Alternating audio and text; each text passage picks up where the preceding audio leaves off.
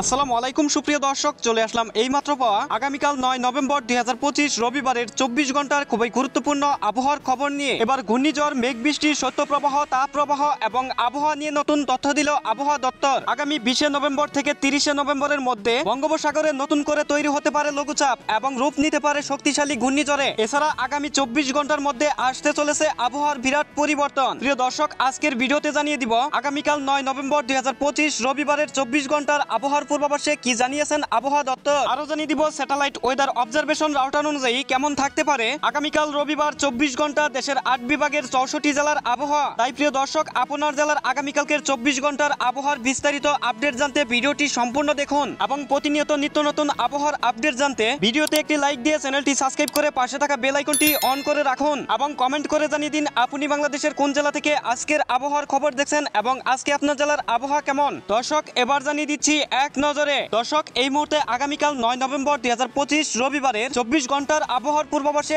আবহাওয়াবিদ জানিয়েছেন আগামীকাল রবিবার সন্ধ্যা ৬টা থেকে ২৪ ঘন্টায় অস্থায়ীভাবে আংশিক মেঘলা আকাশ সহ সারা দেশের আবহাওয়া প্রধানত শুষ্ক থাকতে পারে এবং ভোরবেলায় দেশের উত্তর অঞ্চলের কোথাও কোথাও হালকা কুয়াশা পড়তে পারে এবং সারা দেশে রাত এবং দিনের তাপমাত্রা সামান্য কমতে পারে। দর্শক, এবার সরাসরি চলে আসলাম স্যাটেলাইট ওয়েদার অবজারভেশন রাউটারে এবং স্যাটেলাইট রাউটার অনুযায়ী এই মুহূর্তে আগামীকাল ৯ নভেম্বর ২০২৫ রবিবারের সকালের আবহাওয়ার পরিস্থিতি দেখতে পাচ্ছি। সকালের দিকে ঢাকা, ময়মনসিংহ, রংপুর, রাজশাহী এবং খুলনা ও বরিশাল বিভাগের আকাশ পরিষ্কার থাকার সম্ভাবনা রয়েছে এবং সিলেট বিভাগের সিলেট, মৌলভীবাজার, হবিগঞ্জ, সুনামগঞ্জ, সেই সাথে চট্টগ্রাম বিভাগের কিছু কিছু অঞ্চলের আকাশ আংশিক মেঘলা থাকার সম্ভাবনা রয়েছে। তবে প্রিয় দর্শক, রবিবার সকালের দিকে কোথাও কোনো বৃষ্টির সম্ভাবনা নেই এবং প্রিয় দর্শক, আগামীকাল রবিবার সকালের দিকে হালকা থেকে মাঝারি ধরনের কুয়াশার দেখা মিলতে পারে সিলেট বিভাগের অধিকাংশ অঞ্চল এবং চট্টগ্রাম বিভাগের কিছু কিছু অঞ্চলে এবং রবিবার সকালের দিকে সর্বনিম্ন তাপমাত্রা থাকার সম্ভাবনা রয়েছে খুলনা, রাজশাহী এবং রংপুর বিভাগে ১৯ ডিগ্রি সেলসিয়াস এবং ময়মনসিংহ, ঢাকা ও বরিশাল বিভাগে ২০ ডিগ্রি সেলসিয়াস, চট্টগ্রাম বিভাগে ২৩ ডিগ্রি সেলসিয়াস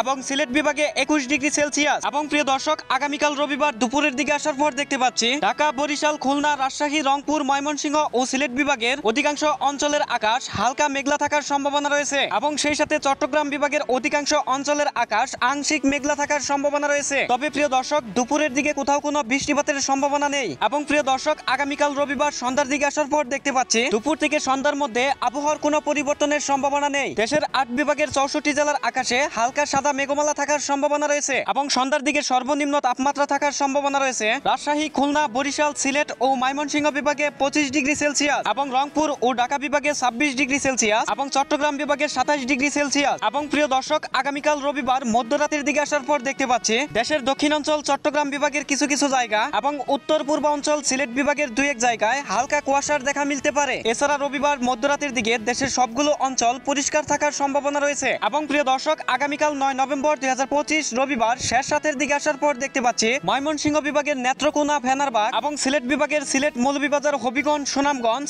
এদিকে রয়েছে মাদারীপুর, কুমিল্লা, সেই সাথে চট্টগ্রাম বিভাগের অধিকাংশ অঞ্চলে হালকা থেকে মাঝারি ধরনের কুয়াশার দেখা মিলতে পারে। এছাড়া রবিবার শেষ রাতের দিকে দেশের বাকি অঞ্চলগুলোর আকাশ আংশিক মেঘলা থেকে পরিষ্কার থাকার সম্ভাবনা রয়েছে। দর্শক, এই ছিল আমার কাছে আগামীকাল ৯ নভেম্বর ২০২৫ রবিবারের খুবই গুরুত্বপূর্ণ আবহাওয়ার খবর। দেখা হবে পরবর্তী আপডেট ভিডিওতে। ভালো থাকুন, সুস্থ থাকুন, ধন্যবাদ।